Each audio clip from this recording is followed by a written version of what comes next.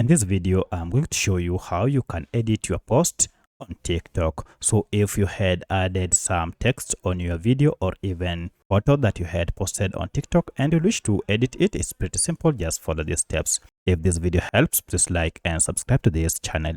Alright, so the first thing you need to do is to go ahead and open your TikTok account, and once you have opened, go to profile here. So if you tap on this profile, it will take you to your post that you have already published. As you can see, I have this one publication and I wish to edit it. Choose the post or the video that you want to edit, and here's mine, and then go to these three dots here and tap on them, and from here you have more options here. Scroll until you see an edit post feature, so go ahead and tap on it, and here you can see the text you had added.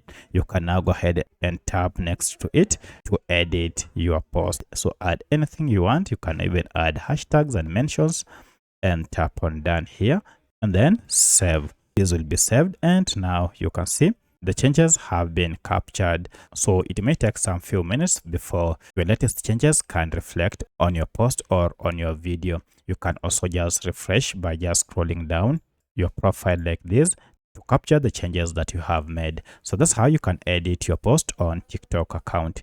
If you have any other question, kindly let me know in the comment section.